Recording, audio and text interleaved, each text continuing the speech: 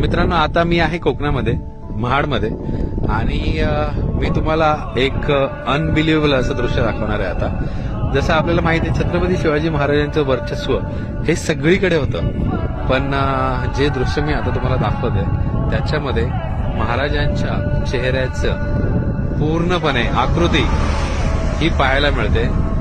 जी समोर पर्वतरांग आहे तिकडे बघा, महाराजांची जिरेटोप, त्याच्यानंतर डोळे, नाक, होठ आणि दाढी, हे सगळं बघा किती हुबेहूब पाहायला मिळतंय.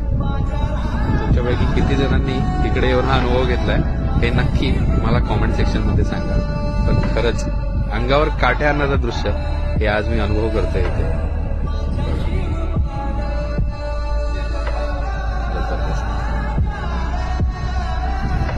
आहे की नाही? म्हणजे महाराजांचं वर्चस्व हे निसर्गामध्ये